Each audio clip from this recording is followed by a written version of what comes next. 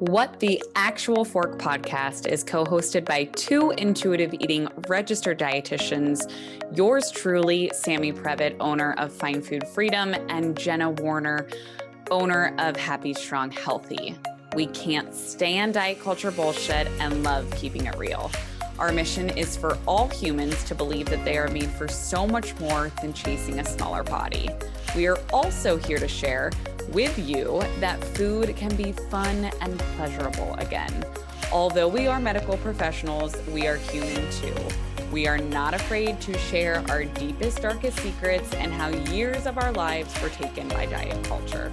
We started this podcast so no human has to feel alone in their journey towards food freedom. So get comfy and join us for a casual convo where you can expect to laugh, cry, learn, and grow.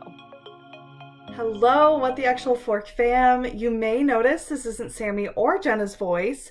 My name is Chelsea Schaefer, and I am the What the Actual Fork podcast manager. During this off-season, we'll be resharing some of our most impactful and highest performing episodes, as well as two brand new episodes, and you'll be hearing an intro from me before each one. So hello, I'm very happy to be here introing our previous episodes and bringing them back around to the top of the list. So this week we are revisiting our episode with the co-author of Intuitive Eating, the one and only Evelyn Tribole. You'll hear us introduce the show as Drunk Dietitians, and the real ones know that was our name before our rebrand to What the Actual Fork. In this episode, Sammy and Jenna talk with Evelyn about her story, how to have conversations about diet culture with other health professionals, and how you can stop diet culture starting with your own family and your own social circle. If you're new to intuitive eating, this conversation will answer some of your biggest questions. And if you're not new to intuitive eating, this may answer questions you didn't even know you had. So let's get into our first off-season repost with Evelyn Tribole. And please, please, please, if you haven't already, rate and review our podcast on Apple Podcasts, and now on Spotify you can rate podcast shows. So please, please, please take a moment to do that. We read every single one and they all mean so much to us. It just helps make our podcast better known and can share the word of intuitive eating to more and more people, and that is our ultimate goal. So thank you in advance and enjoy the episode. Welcome back, everybody. We are on cloud nine right now. As you know by now, we record these little intros after we record the episode so that the episode is super fresh in our brains. And Sam and I just had the privilege of interviewing the OG, as she called it, of intuitive eating. And my heart is full. I'm speechless, which I know I've said before on these episodes, but there's no words to describe the emotions that I feel right now. And there's a lot of emotions that are swirling through my body after this incredible conversation. So with all that being said, Jenna, you didn't say who we interviewed. Oh my God. We interviewed Evelyn Tribole, who they may have been able to guess when you said, I think, the OG of intuitive eating. So she's the co-author with Elise Resch of the Intuitive Eating book. And as anybody who's listened to multiple of our episodes of our podcast, Jenna is currently going through the process of becoming a certified intuitive eating counselor. I just wrapped up my training, becoming a certified intuitive eating counselor. And you can literally only do that under Evelyn and her programming and their programming through intuitiveeating.org. So this is she is the reason that Jenna and I are the dietitians that we are today.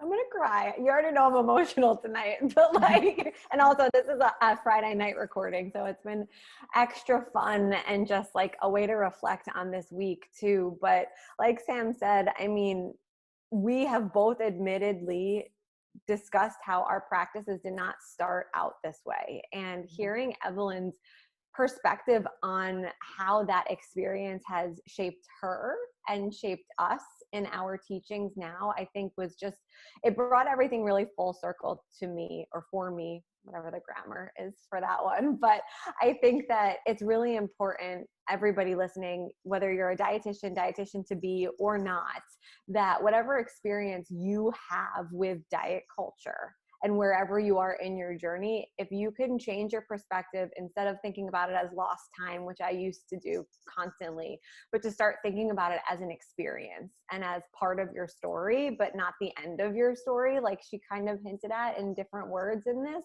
it's so powerful. And my other like huge takeaway, I'm just going to share it now too, is she really talks about, and we get this question constantly, but she talks about, you know, dealing with diet culture in a world where it's so normalized. And her message about focusing on one person at a time is something that will help me sleep tonight. It was just a really beautiful sentiment, and I'm super grateful for this conversation. Yeah, I think that as I've continued, like, and you shared in this episode how you're like kind of still going through that angry phase of, you know, and we say it with like, you know, total honesty, like it truly is a phase of like anger and grief. That's really long. Yeah, no, honestly, same. Just go back to all the Fuck Diet Culture Friday videos and you'll see mine on air. But then, you know, she goes through like, but then you go through a phase of having compassion for those people because, you know, you truly do feel for them because you know they're entrenched in diet culture. And so, you know, it's just so wild to really bring light to that and to have grace with yourself, just like you have grace with other people, and to recognize that when you go through diet culture or oppression or fat shaming or whatever it is, like, and you come out the other side with peace with food in your body, then you can better serve others and you can, you know, have empathy and have compassion. And it's not that you have to go through diet culture to be an intuitive eating dietitian, because that's not true. There's definitely some gems that Claire. Yeah, Claire tuning. About her. Yeah. But yeah, this episode, between that and then of course like the $1 million question, can you lose weight and intuitively eat? We get the answer from Evelyn herself. Yeah, boss. So that, I mean, that alone, like, it's just, she's amazing.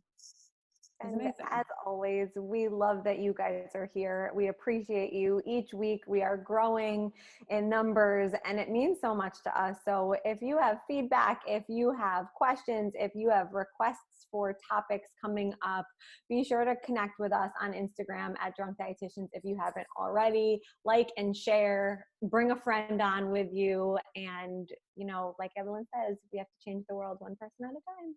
Yes. And please make sure with this episode, especially, I mean, it's an hour of Evelyn Tribole's work. It is amazing. And it is truly full of golden nuggets. So make sure, please, please, please share this with a few friends. Just send it to people because it is an amazing episode that will absolutely help, really, really help grow and inspire people. So without further ado, let's get in to the episode with Evelyn Tribole.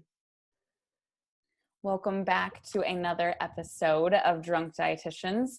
We have literally our favorite dietitian. I think we can say that on this one. Maybe, but I'm sure there's many. Yes, there are many. There are many. But as we'll call it, the OG, the original gangster of intuitive eating, we have Evelyn Tribole. Thank you so much for being here. To be here. Oh, I think we froze for a second, but I think we're good now. It's okay. It's just making the announcement so much more exciting. Our faces were like, ah! Yes. So I think we're good. But just to I'm going to give you a little bit more of a detailed intro, Evelyn, that I have from your bio that was sent over. So Evelyn is the author of 9 books. She's the co-author of Intuitive Eating, a mind, body, self-care eating framework with 10 principles, which has given rise to over 125 studies to date. Something that if anybody listens to our podcast, you have heard us not only use the term intuitive eating every single episode, but also Evelyn's name on every single episode.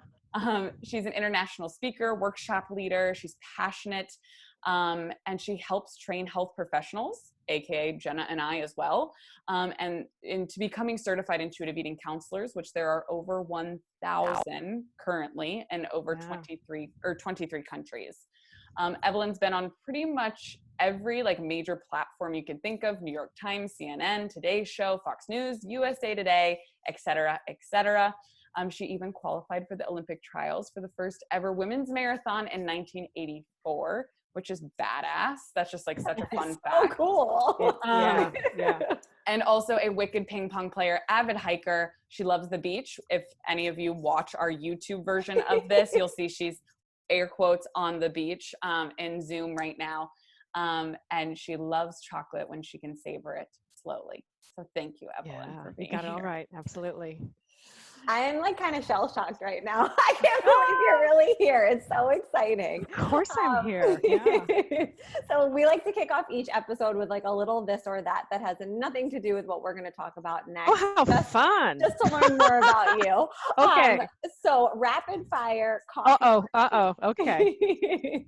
Coffee or tea? Coffee. Vodka or tequila? Tequila. You and Sammy. Okay, I hear ya.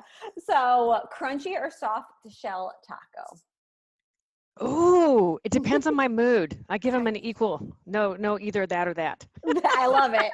Now, this question we always like to say is really not fair, considering a night out on the town is not really as feasible in these times. But would you prefer Netflix and chill or a night out on the town? Oh, night out on the town for sure. Especially now, right? Especially now. Yeah. Cats or dogs? Dogs. And I was going to ask you surf or sand or snow, but I think that answer is pretty clear. I love the beach, but you know what? I also love to ski. But if I had to pick, if I was forced on a desert island, I would choose the desert island. So the beach, in other words, surrounded by water. Yeah. I love it. Chocolate chip cookie or ice cream? Ice cream. Same. And second to last question, when it comes to peanut butter, crunchy or smooth? This is like our big debate. Yeah, you know what? It depends on my mood once again, and the kind of peanut butter and the texture. So I would probably defer to crunchy. Yeah. Love that. Right now I'm really into like the no stir peanut butter right now, like the one that's like thicker. I don't know if you guys can relate, but that's on my mind right now. And the last thing, if you could have one thing in limitless quantities that's not money, what would it be? Love. Oh, that's a beautiful answer. I love that. I love that. On this, I feel like we do have that in limited quantities, don't we? Really, we just need to access it and recognize it, bring it in, embrace it. I love and that. give it back out. Yeah. I feel like God, give me this show, it's either been love, dogs, or like chocolate is usually like the most common answers we get. So I love that you went that direction. So this episode, Evelyn, we really just want to dig right into myth busting, intuitive eating with you. So Jenna and I put poll questions all over our Instagram leading up to this episode, and we got a lot of themes of very similar questions, and we thought, who better to ask than Evelyn herself? Cool. All right. So first up, but actually, hold on. I'm gonna turn back here before we get into questions. I'm going off kilter here, but I would love to hear for people that are listening who've never heard your story before. I know I've heard it a little bit here and there, but I would love, like, Evelyn, have you always been an intuitive eating dietitian, right? How did you get into this work? You can take 30 seconds or 30 minutes. How did you get to where you are today? You know, it's funny. I tell so many different slices of this story. And I might tell you the whole story in one chunk and be mindful of the time. So I'm going to tell you how I got first into nutrition. I love that part of the story, to be honest. So back in the day, because I've been around the block for a while, there was no girls track team. So I ran on the boys team. And so I was always looking at what can I eat to beat the boys? I want to beat the boys. And I did beat the boys, and I lettered in track. And I don't say that with arrogance. I say it with pride because I had to fight the patriarchy, because the coach didn't want to let me letter even though I met the criteria. So I had to go fight, and I won. Yay. And then went on into college and competed university track and cross country. And then, as you mentioned in the intro, qualifying and training for the Olympic trials marathon was just a slice out of history, because at that time the longest distance women could run was only a mile. God forbid we pass out with vapors. I had finished. I was just in grad school and this announcement came in, and I think this part of the story is really funny. I was so excited. It's like, I'm training, and I was training hard. And I remember my brother said to me, he goes, Ev, you got to go watch Rocky. It's going to motivate you. You know, I was like, I don't need to watch a movie to motivate me. I was already motivated. And when I was finally running in the actual competition, you know, when you run a marathon, you kind of get into a pace and you tend to run with the same pack of people, or in this case, the person. And we're talking, and as we're talking, she goes, are you like a politician or something? And I said, no, why do you ask? And she said, because you're just waving at everybody. And I said, you know, I know that this is really as far as I'm going to get. This is my version of the Olympics, and I just want to enjoy every moment. And that just kind of speaks to how I take in life. I'm very passionate about it. So that was that's what got me all into the new. What really got me into intuitive eating was the story with Elise and I separately being in private practice and recognizing that even when dietitians, you know, put people on sensible diets through food exchanges, it does not work and it does not feel good. And so one of the things I like to stress, especially for the professionals out in your audience, is, you know, we got trained in diet culture. I think I like to acknowledge that, because what ends up happening whenever I speak at conferences or people just take my training on face value because someone else said, you should take this, and they hear all this body of evidence that really goes against what you were taught. And that is, you know, that dieting is not sustainable, dieting is harmful, and it's really, really a problem. They're like, what? That's not what we heard.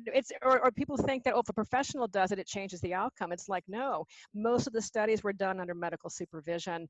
And so it's like you've been hit on the head with a frying pan like in a cartoon, and you're like, what? You know? And so it's a cognitive dissonance that Elise and I went through. It did not feel good. It's like, I just remember I felt this conflict all the time, and we thought there's got to be another way. And so we did a deep dive into the research, and then people kind of know I have this really I'm in touch with my inner geek. I love research. We also looked at what was going on in popular psychology. You know, overcoming overeating by Hirschman and Munter was a really popular book written by two psychologists on this issue who were already talking about demand feeding. And we just looked at that, looked at our experiences combined with the research. And where we got really lucky, this is a backstory a lot of people don't know, is that our publisher loved the manuscript, but said, you know, we would love for you to make it more how-to. Can you put this into steps or something? And so we put it into actionable principles.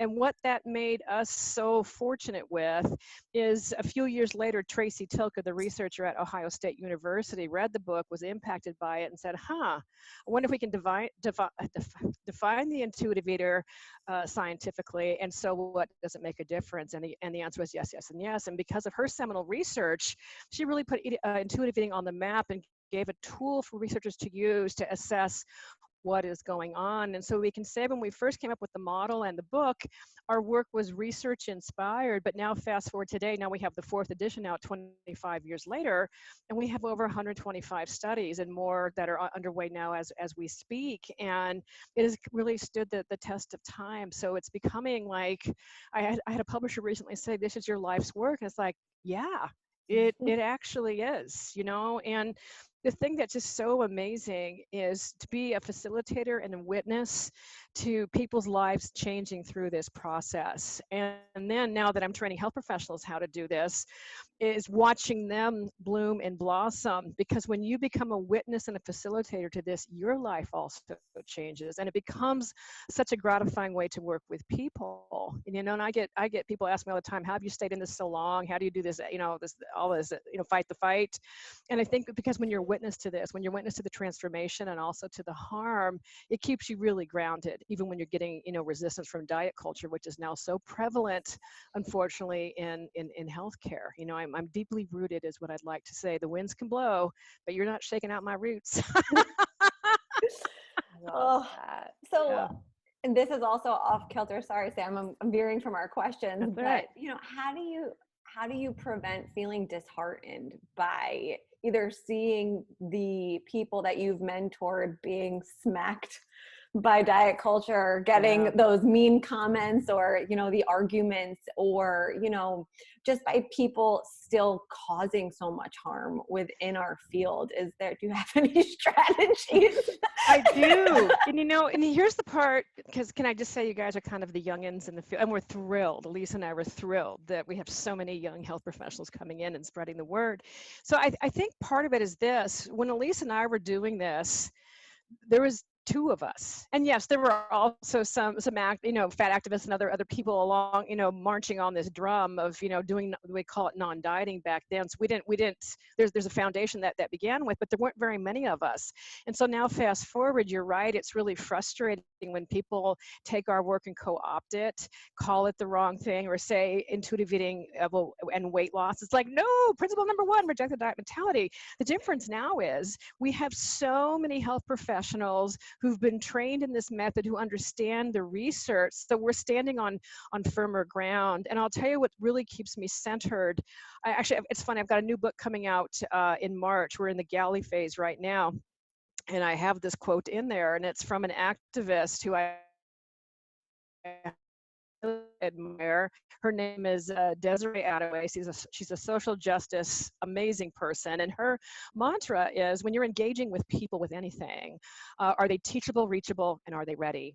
So that's part of my guiding principles. And I've modified it just slightly to, and do I have the bandwidth to do this, So for example, I'm not going to even name names on here, but there was a pretty influential social media personality / celebrity that did a takedown on intuitive eating. And I had so many people contacting me, aren't you going to say something? How can you let this be? It's like, you know what? I don't engage with bullies. I don't engage with people who have willful ignorance and who just want to, elevate their name some more. And so I said, I made a decision to myself. I'm not going to waste my energy. I'm going to spend my energy doing good in the world, helping students that call me and they're doing a dissertation on intuitive eating, those kinds of things. And so that's one of the first times I can really tell you I let something go and I was totally at peace with it. I didn't worry that, oh my God, they're having misinformation, because the truth is our book stands alone, the research stands alone. And if you want to criticize something and you've never even read it, shame on you. Do you know what I mean? That's just the audacity of that really gets me. And so what I do with the health professionals that misunderstand our work, who have just ignorance, not willful ignorance, I divide the two up, and I will engage in conversation. Yeah, there's a difference, because willful ignorance is, get away, I have my own opinion, you are not changing my mind, goodbye, I have an agenda. The ignorance says, I've never heard this before, what are you talking about, this can't possibly be. That's why I love working with students, because I sometimes really, actually I have to give you a sidebar example of this. I got an email from a grad student in Israel, and she was doing her master's on intuitive eating and writing up her paper, and she was coming to odds with something having to do with weight. And I said, the questions you're asking are really good, but it's too complex for an email. Let's set up a meeting, and we did.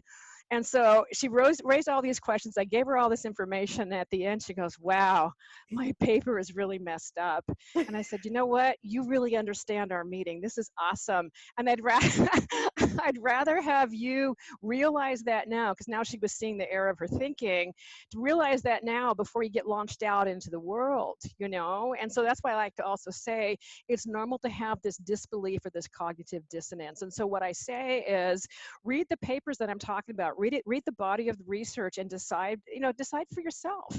I don't have, I wish it was that I could just say these amazing words, amazing facts, and people go, oh my God, thank you. Of course, I'm changing just like that, But I find it's a combination of hearing this research and having the experience of working with patients and seeing what really happens. And it tends to happen, if I was to give it a number, like around the 5-year mark. When someone's, fresh and squeaky new, you can put anyone on a food plan for a year, I would say, and you're not going to feel the fallout of that. But as you start having some of these relationships, then it doesn't feel so good. And sure enough, what we see in the research world is that about 2 to 5 years is where you see the fallout from any of these so-called weight loss plans and so on. And, I think the other thing that really drives me, and this is a personal story, you might have heard this one. I sometimes tell it, I sometimes don't, but it has to do with my mom. So my mom, at the age of 64, was diagnosed with ovarian cancer. It's a horrible diagnosis because it was like stage 4, and she died subsequently 3 years later. This was many years ago, which is why I can talk about this without getting the tissues out. But on the day this diagnosis was happening, the confirmation of it, we were having this talk. I don't know why it was just me and my mom, because I have 3 other siblings plus my father. There's a lot of people, but it was just my mom and I in the room. And she's standing up and lamenting about all her years wasted on dieting. She turns around, surveys her body, and said, all I want to do is live. I want to be an old lady. And I'll tell you, when I think about that, it still breaks my heart, all the time wasted and spent. And the one thing I'm incredibly grateful for is, in spite of growing up with a dieting mom, it was nothing that she projected onto us kids. I'm grateful for that. And I also happen to have a mom that was very athletic and active. She was the ones like, you go on that boys track team, and supported me with all these things that I would do. But that, when you have those kinds of, I like to look at someone's relationship in their own past, whether they're a health professional or not, especially a health professional. What is the relationship you've had with your body and your diet culture history? And there's no shame in this. And I think if we can recognize we've all been impacted by it in some way, it's really profound. And now, because I'm of the age where I've got 2 little grandbabies, I think about the world I want to leave for them, and I do not want them to be impacted by this at all. And so one of the things I like to say to my patients who are just new and starting off with their families, either plan to have families or they have young kids, is, you can stop the legacy of diet culture in your family. The idea of stopping all of the culture is daunting, like you were suggesting. Oh my God, how do you still do it, But when you start seeing you can have an impact in your area of influence, you don't have to be a social media influencer to have that influence. It happens in your meaningful conversations and the relationships that you already have. And so I have great hope with that. I've seen a lot of change and evolving since that as well. And so, but we still have a lot of work to do. We have a lot of work to do. And that's why I come on to podcasts and have conversations, because there's someone out there that might be hearing this for the first time and go, what? No. There's another way. I don't have to be at war with my body and living in anxiety with constantly worrying about what I eat, how I eat, and all those kinds of things, So yeah. Woo, long answer to a short question. No, that's best. That's perfect. And that literally answered one of our first questions was about like fitness influencers or, these social media presence or gyms that do these healthy lifestyle cleanses. I'm using lots of air quotes. But so we were going to kind of ask, how do you respond to them? But I think it comes back to, like you said, are they reachable? Are they teachable? Like, do they want to hear this? And starting with just who you can impact and plant seeds with goes so far. And it's so promising, I think, too, because with these RDs to be, like these young dietitians too, they are like, I would have killed to hear this message in college. Like, I wish, but I didn't have it until I was already in a practice just preaching weight loss everywhere. And I was like, oh shit, now I gotta, go through this huge transformation. But I wanted everyone to see my mistakes so they can know, like, it's okay. Like, you have to have grace with yourself. So it's so great to see, we have a lot of dietitians in training or nutrition students that listen, that they're so interested in this and they don't know where to get the information. So, well, and I will tell you that I also find really encouraging. There are more and more universities teaching this, or actually I just agreed to give a talk at a university in the spring because I thought, I get to reach more young minds. Exactly. They want this to be in there. And so, to know that there's another way. We don't have to practice in this way. And I've had a lot of young dietitians thinking, oh my God, I got into the wrong career. But then they get introduced to intuitive eating. It's like, and it changes their lives because they see another way that they can work with people. And it's so gratifying because this work is very relational. You remove the dictator, the expert kind of thing, and we center this all on our patients and holding them with unconditional positive regard, and so many patients and clients, and I use the word interchangeably, they haven't had that from other health practitioners. They've had the shaming, they've had the you better do this, you better do that, and to have them be front and center and valued for their fact that they're a human, you know, and that they are the expert of their own experiences, including their thoughts, feelings, lived experience, and all those kinds of things. It's like, what a concept is this? You know, it's profound. It's really profound. Yeah. Hearing you speak gives me just so much emotions. I think that like it's so comforting to just know just the positivity of where you're coming from, and you know, the hope that we can change just one family at a time is just such a beautiful way to think about it. I definitely get lost. Sam is my mentor in this process, and we call it like the phases, and like right now I'm in my angry phase of like realizing what diet culture has taken from me, and like, the way damn you, right, the way that it's impacting the people in my life, or that I'm seeing it so much clearer, and it can be really emotional and exhausting when you have to explain yourself over and over again to the people that surround you so closely, and you feel like you're talking to no one, and then talking to you, I'm like, oh my God, this is so real. Like, yeah, and then we get into conversations around boundaries, or what do you need to feel safe, that you don't have to constantly be, you know, draining yourself around this. And, you know, one of the things I wanted to say, Sammy, to you, you know, because we were talking about, gosh, your practice originally was, you know, centered around weight loss or whatnot. You know, not a lot of people know this, but in the 4th edition of Intuitive Eating that just came out, right before we were going to like the publishing stage, you go through all these stages of editing, and there's a page on there that says books by, and it lists the books by the authors. And Elise said, you know, Evelyn, do you really want to have those books on there? Because I've got, I don't know, 8 books on there. And then where she was coming from is because they're in diet culture, you know?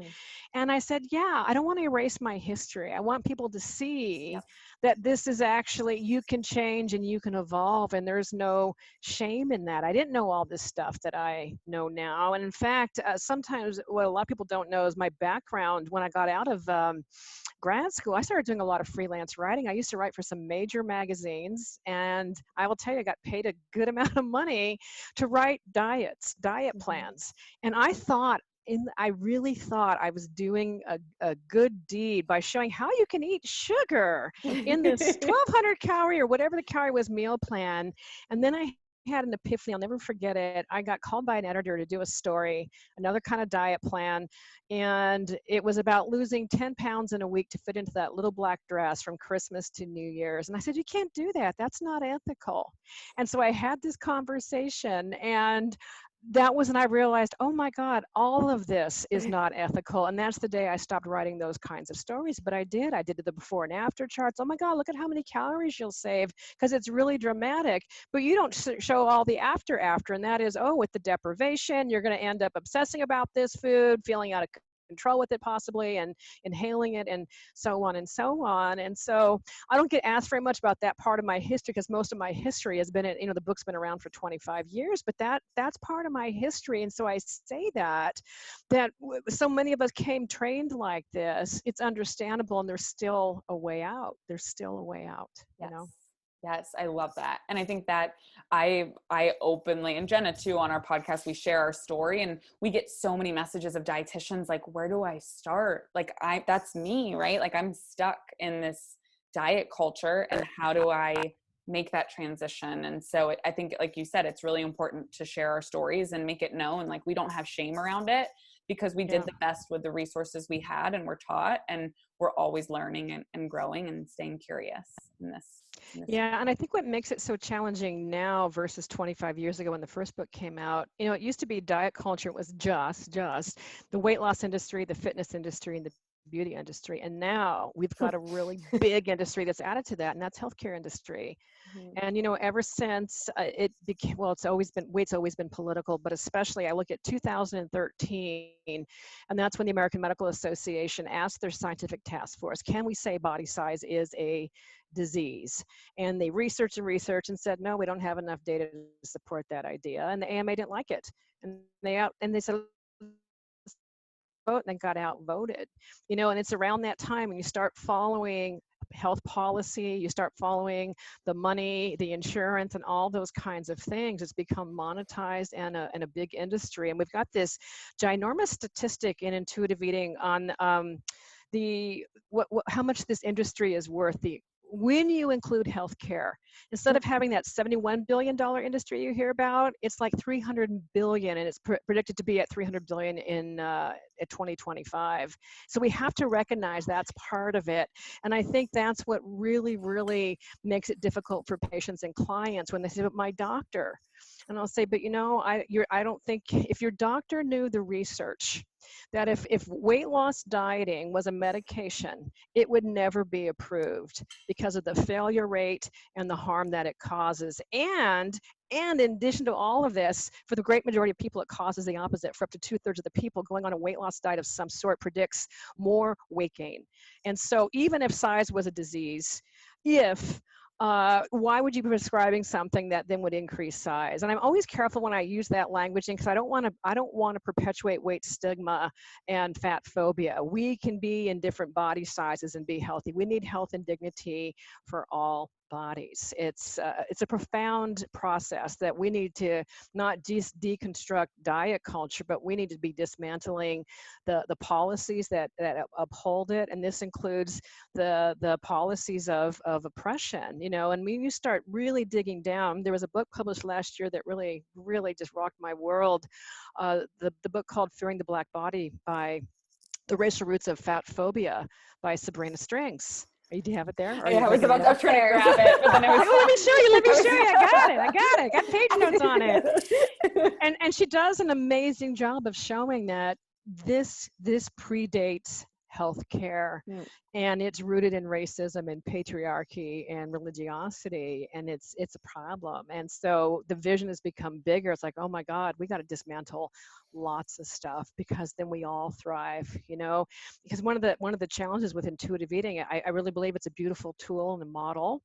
And if you have thin privilege, meaning thin privilege is the way, as you know, society treats you. It's not about how you feel about your body or about any of your struggles that you may have or do have, but it means pretty much you can go into a theater seat, know you're going to fit. You can go into an airline and know you're going to get the seatbelt around you.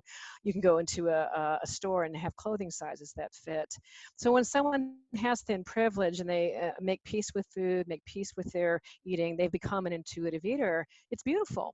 But you take somebody in a marginalized body, a large body or body of color, body with just all different kinds of bodies where they don't feel safe, but especially, let's say right now, a large body, they've made peace with food, they've made peace with their body, they go out to culture, they go outside to a hostile culture, and they get bullied and they get trolled. So we have a lot of work to do. It's not a kumbaya experience for them, So I think we have to recognize that we have a lot of work to do. Yes. Yeah. Thank you so much for bringing light to that and bringing that into this conversation. Of course. We have, I think, a few different episodes. We have one on fat phobia with Erin Flores. We have one on one on thin privilege with Haley Goodrich. So we'll definitely put those in the show notes, so anybody listening who maybe hasn't heard those terms before can go back. What is she talking about? Yeah, because sometimes you hear those things and it's like, wait, what is that? What? And so really just making sure, we'll make sure that everyone has a little bit more on that. So the big question, which I'm assuming you can maybe guess what the number one question we got. When you say big, it's like, wow. How big is it? So I can't wait to hear the way you answer this. Can you lose weight and intuitively eat? Well, it all depends on how you frame the question. So I get many, many iterations of that, as you might know. And so one of the things I like to set up from the front, I want to be transparent about all of this, that the purpose of intuitive eating is to cultivate or heal a healthy relationship with food, mind, and body. That is the purpose of this model. And what happens with someone's body when they are on this path can be basically one of three things. Their body can stay the same, their body weight might go up, or their body weight might go down. And we are not against weight loss per se. What we are against is the pursuit of intentional weight loss, because the moment you do that, it does a couple of things. It disrupts the connection for intuitive eating, because intuitive eating is an inside job. It's connecting with what sounds good, what's going to satisfy me, what's going to honor my hunger, what's all those kinds of things. But the moment you introduce weight into the equation, you're going, that is like what the scale says, what are the portions, what are the macros, all those kinds of things. That's not going to heal that relationship. Now, where this gets really, really interesting is there's some things, stories Lisa and I haven't told. around this, we have been approached by some individuals over the years who've lost, a lot of weight, and said, we want to be your ambassador and your spokesperson. And we're like, absolutely not. We're thrilled about your healing. They describe these amazing stories, and it really is a disservice to you that you're defining it that by your body size. And we don't want to give the impression that that's what intuitive eating is about, or that's what you end up with. It's different. Body diversity is a thing. And so then what's really interesting now is I get clients who will say, yeah, I know what your perspective is on this, but I've got this secret wish and this secret fantasy that I'll be an intuitive eater and I'll lose weight in the process. And then I become the splash of reality, and I'll say, but what if that's not your story for your body? And I don't do that to be mean. I just want to manage the expectations. And at the same time, I say this, and to anyone listening, if you have this desire for weight loss, this is in our culture. It's really understandable. There's pressure all around. And if you're somebody in a larger body, it might feel like the only way that you can be safe and not be verbally attacked based on what you're eating, all those kinds of things. So, I want to acknowledge that. And for a lot of people, this is the first time they're hearing this. Like, so what do you mean? Oh yeah, I know fad diets don't work, but I'm doing a keto lifestyle, and the lifestyle is kind of, and it's like, but the data aren't out there. And that's what's really interesting when you start doing the deep dive into the research. And so one of the things I like to ask clients or patients is, what is your story of your body? What is your relationship with your body and eating and the pursuit of changing your body? And if you've been on, it's so funny. I have many patients now that don't relate to the term dieting, because I did the whole 30, I did this lifestyle thing, but it's a diet. Anything in which you are doing to try and change the shape of your body to shrink it, we're looking at some form of dieting. What has been the impact on your body? What has been the impact on your mind? And it's shocking to me how many times I will hear this, oh, it really worked. And then there's, but, and then they blame themselves. And it's the only industry that I know in which a product or service doesn't work and the customer blames themselves as opposed to the actual process or the product. It's like, no, you didn't fail. You've got a really, really smart body. And so part of it is having to see what the real truth is. Not that you lost weight temporarily. I'm not questioning that happens.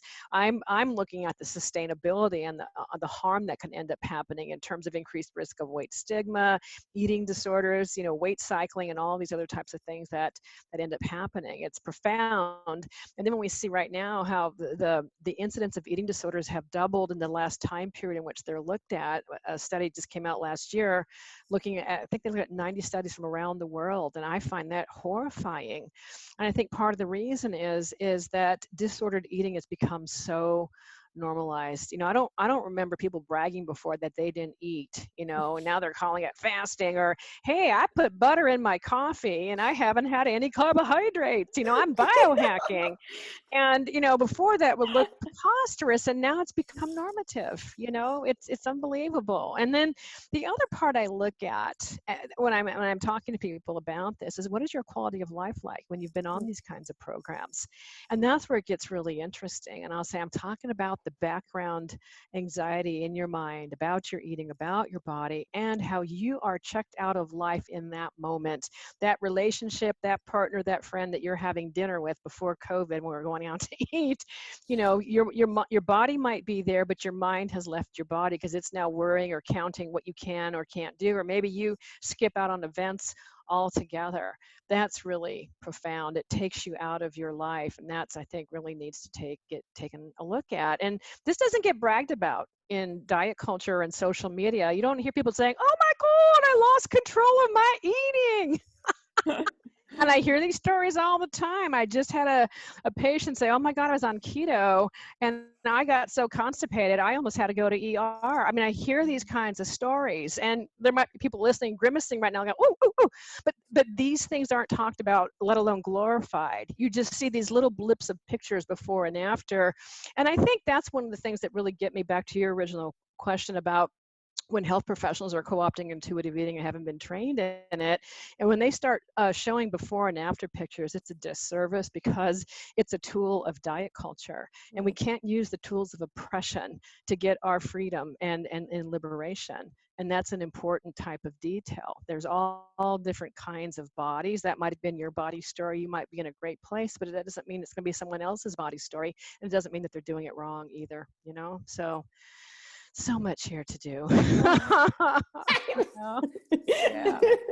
I love that though. I do. It's you know, this work gets so deep because it is so relational. And once you understand someone's relationship just to their eating, let alone to their body, let alone to their mind, you know so much. It's such sacred space, you know. And I think what ends up happening as people begin trusting their body in this process, you know, and what I will say is every time you diet or every time you're in kind of diet culture thing, it's a disruptor to trust. Yet, every time you honor hunger, you are healing with each bite of food. I find that incredibly, I don't know, aspirational, inspiring, that each little bite can make a difference. You're saying, here, cells, I'm taking care of you. I'm feeding you. You're going to live, you know, because the cells don't know. It's just getting traumatized every time you intentionally start a diet. Biologically, your body doesn't know that. So there's this healing. And in this process, as people start trusting their bodies, they start trusting other parts of themselves and their life begins to change. They're showing up for life. And it's just, it's beautiful, you know? So that's why, yes, I do get aggravated by the co-opting, but I know what the truth is. And so one of the things I say, if you really want to understand intuitive eating, then read the book, go onto our website. You want to read the research? I'll send you the research. It's all there. It's really there. And then if you want to pick it apart, let's have a conversation. I don't mind having conversations or having people say, hey, you know what? We think intuitive eating could be a little more accessible. Hey, we think, you know, I think that's a fair criticism. That is no problem with that. But when people start making criticisms on something they haven't read and they don't understand the psychology of something or the nuance of something, it can really be problematic. And that's why we started training and certifying health professionals many years ago, is to keep the integrity in the model, you know? It's so funny because I think in the climate that we're in this world right now, I like bucket things that are very personal to speak about, that are like no-nos at the family dinner table. And, you know, politics is one of them for me personally. And I've always put nutrition in that bucket because people are so passionate about their own beliefs, right? And, you know, I've always had this fear around sharing mine. And now I'm like, who wants to talk about it? But it opens up so much vulnerability that I think that if someone hasn't read your book and they have no idea what this process is, it's a big mountain to climb. And so if I could ask you, what would be for somebody that has no idea what intuitive eating is, maybe they're listening to this right now and this sounds kind of foreign to them because they don't know from it, you know, what would be the first like tidbit that you would share? And I laughed because when you were sharing that previous thing in your course that I just took, you said, if you want to be confused by intuitive eating, look at the hashtag on Instagram. Oh, right. Don't do that. There's so much misrepresentation there. But what would be like, just like a little antidote about what this practice is? Yeah, you know, it's so interesting. It's such a straightforward question. And yet, when I answer it, I'm always thinking about who am I talking to when I answer that question. And because I know you're asking this for your audience. So when I'm talking to a teenager, I'm saying, you're the boss of you and no one can tell you what to do about your body. You know, when no one knows how your body feels, what hunger feels like and what will truly satisfy. And they're like, yeah, and they get into this righteous rebellion. When I'm talking to researchers, I start talking about interoceptive awareness and those types of things. And I'm talking to somebody who has, I'll give you some other examples. I'll just say it's a mind-body framework that helps you connect and eat in a way that's enjoyable. You know, who doesn't want to have joy? Let's bring the joy back in our eating. And this sounds like it's going to be a joke, but it's not. I was having breakfast with a bunch of Buddhists. I kid you not. A Buddhist breakfast. And I was new into this group and they were asking me, what do I do for a living? And I remember thinking, what do I want to say to this group? And I said, I teach people how to enjoy eating. Oh, they like that, you know?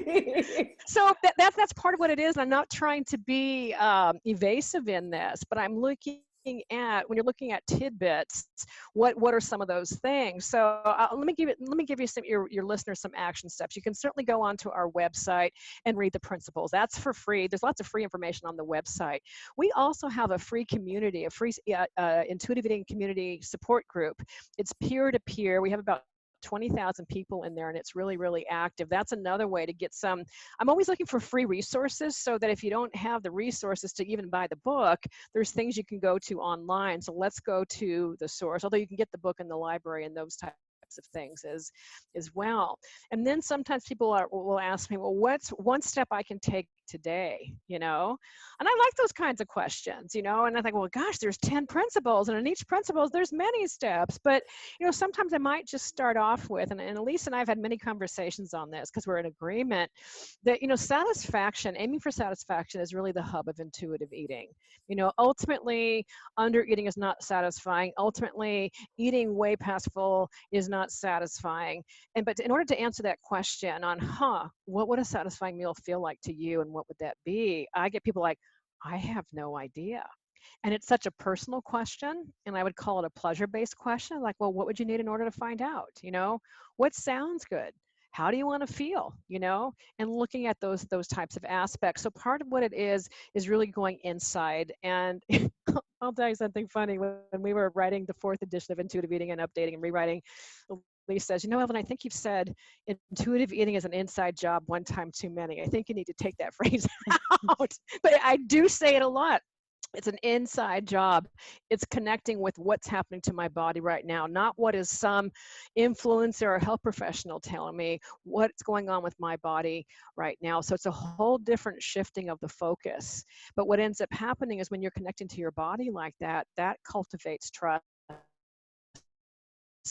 It's experience, and as you start getting these positive experiences, then all the winds of diet culture can blow and blow, and after a while you're not affected by it, you're not seduced by it. I have patients who get to the point they get pissed off. Oh my God, I can't stand. Actually, before they get pissed off, they get jealous. They get envious of their neighbors on some new diet because they miss that feeling. And I'll say, it's really understandable, that feeling that you're talking about. And especially right now, by the way, in a pandemic and with all the uncertainty going on in the world, not just pandemic, but economic, social justice, politics, all of these things. And so now you've got diet culture whispering in your ear, certainty. You can certainly have this kind of body if you certainly eat this way. So having certainty is really seductive, and having the excitement around it is seductive. But once your eyes have been open, it's like, I've been there, done that. I know how this ends.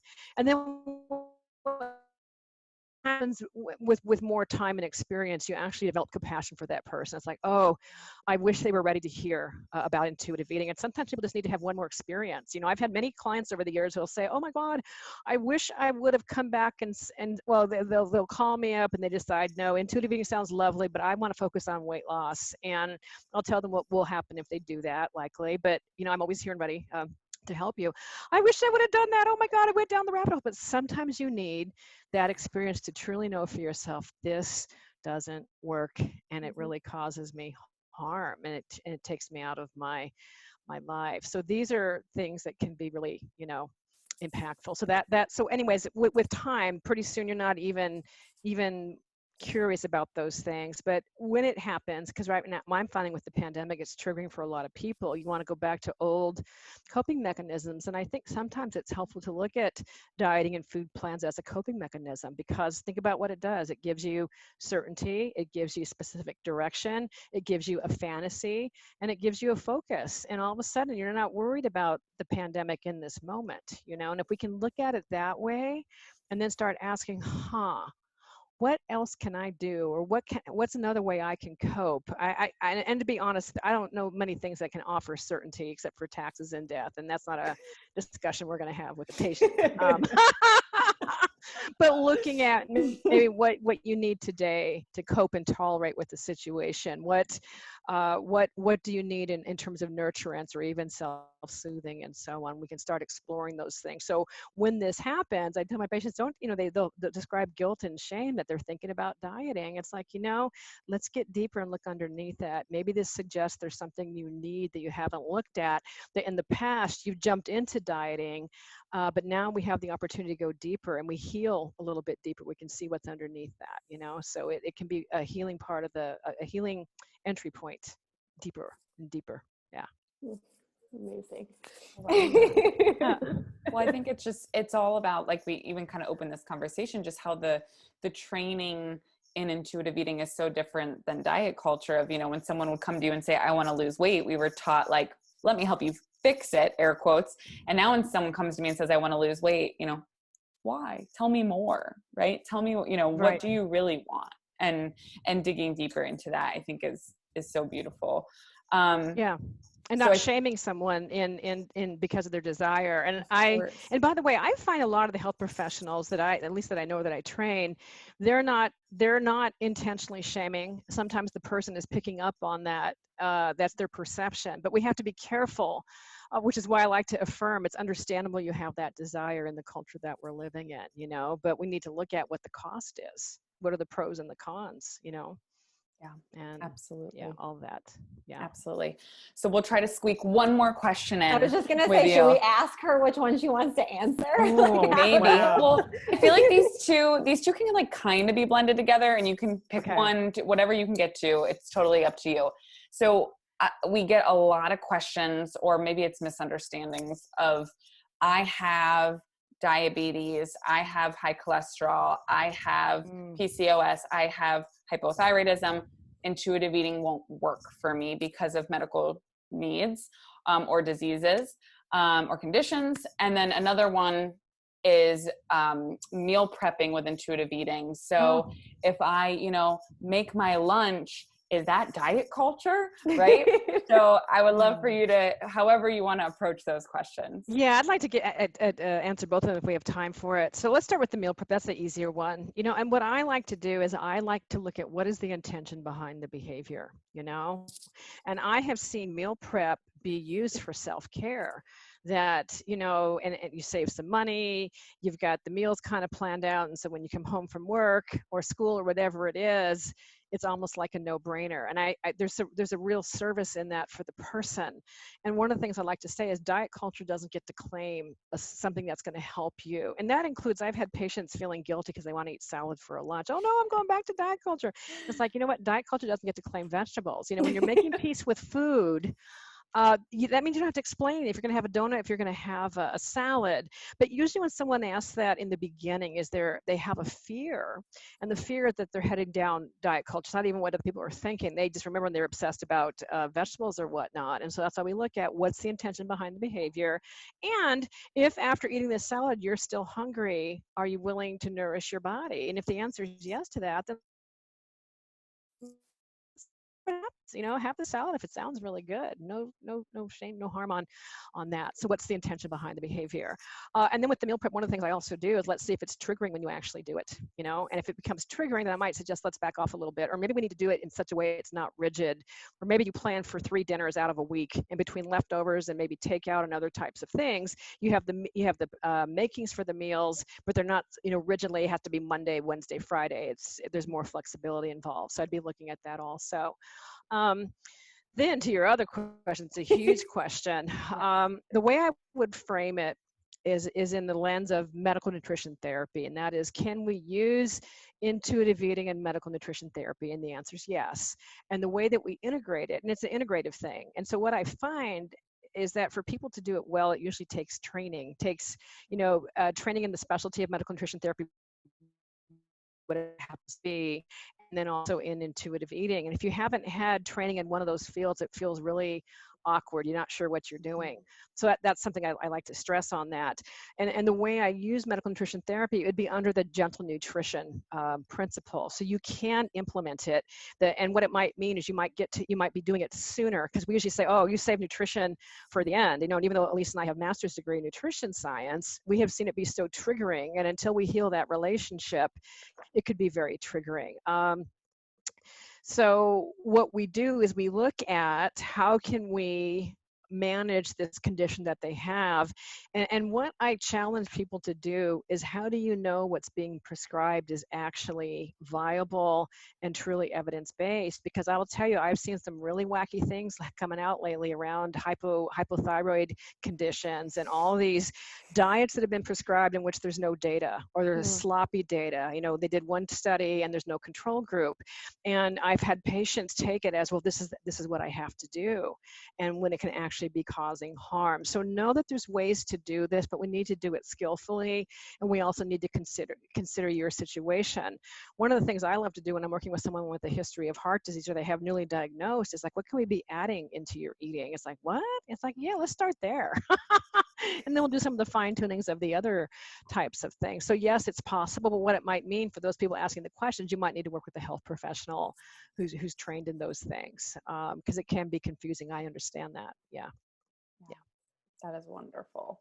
I love that myth busting right there. Yes. I had an email from a client, like literally minutes before we got on, that she's been working with me for 9 months, doing intuitive eating, of course.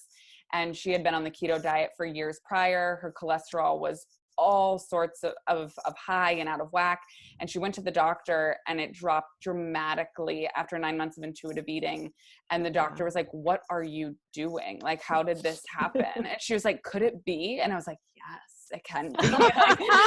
Yes, this is it's the carbs. Yeah. She's like, my mental and physical health. I'm like, that's what it's all about. It's how do we drop the guilt and the shame so we can honor our body and have that mind-body connection.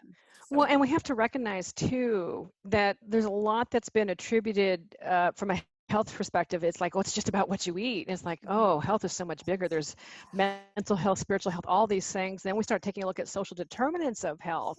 And when you start looking at some of the research coming from these nutrition studies, often they're really shaky. They're just epidemiological studies showing association, not causation. And it gives us a direction of research that yeah, let's fund an intervention study, but it doesn't mean that's the absolutely way we need to be going. And so that's why this relationship that you have with yourself is so important. If the way that you're eating and relating to your body and the food you put into it is shame-based and anxiety-based, that is not good for your health. That contributes to your allostatic load, in which your cortisol levels get stressed. And we know cortisol amplifies, is problematic with many chronic kinds of conditions. I won't get too complex into the weeds on that. But, and it's weird, as a nutritionist, I'm often deconstructing a lot of nutrition things, when I actually love the science and the research behind it. There's just a lot of faulty information out there because there's a lot of bias in the research, That's a hard one to own, but it's true. Yeah. We live in a world where everybody's an expert, and everyone is an expert of their own body, but everybody is an expert because they eat and they're sharing what's working. And because they have Google. They have Dr. Google. It's so hard. But, and I will share, I was talking to Sam before we hopped on and recorded, and I was crying over a diet culture fight that I'm fighting currently right now, and just taking it so personal. And I think my biggest lesson from this episode right now, which I can't thank you enough for, is just recognizing that this isn't about me. This isn't about that person. This is about some things that are so much bigger than us, and one person at a time is what we need to focus on impacting. So thank you for that clarity. I think that's actually really important. And you know what, when I let that go, because I used to get really personalized like that, but when I let that go and realize I don't need to convince anybody. What I do now is I'll say there's another way that's really beautiful. That there's some research behind. I'd like to tell you about it if you want to. If you want to know about it, I would love to tell you more. I don't feel the need to have to go bop everybody on the head. It's like, you got to get your facts straight. And believe me, I've been there, done that. In fact, in my early days as a dietitian, I'll never forget, I got feedback from somebody who said, when you're answering a question, it's really important not to roll your eyeballs before you answer the question. So I guess they would ask me some question and I'd be like, oh my God, I wouldn't say it, but my eyes would. And so, it's humbling. We all learn about this stuff. So just know that you're in it for the long haul. And, another way that has self-centered me is that maybe a person needs to hear this 10 times, and maybe you're the first person, which means you're barely planting that seed, and other people are going to come along and water it, and someday it comes to fruition. You know, I'll give you an example because it's not that old.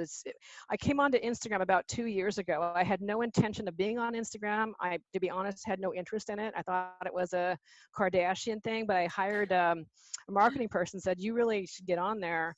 And I was blown away by the people who are already really into intuitive eating. It's like, oh my God, all these seeds, they've been growing. They've been into fruition. It was so exciting to see. You know, it just it blew me away. It humbled me. I saw some of the good that can happen with social media, so I've changed my attitude about that. You know, so I can personally say and speak for Sam as well that you have changed our lives for sure. Aww, you and Elise, and I truly mean that. And this was like, we want to respect your time, but this was such a gift. So thank you for giving us your time tonight for us, not for you, the afternoon for you. But truly, for anybody listening that could possibly not know who you are at this point, can you tell them where to find you? Well, sure. You can go to our website, intuitiveeating.org. If you want to go to my personal website, it's evelyntribole.com. And you can find me most active on Instagram at Evelyn Tribole. That's probably the most straightforward way. Yeah. Well, thank you so much, Evelyn. Yeah. Guys, thank you so much for listening to another episode of What the Actual Fork Pod.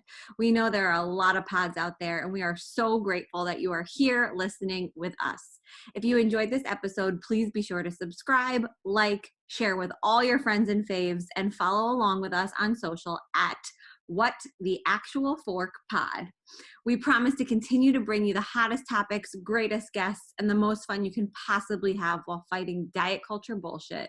We love you, we appreciate you, and we will see you next week for a lot more fun.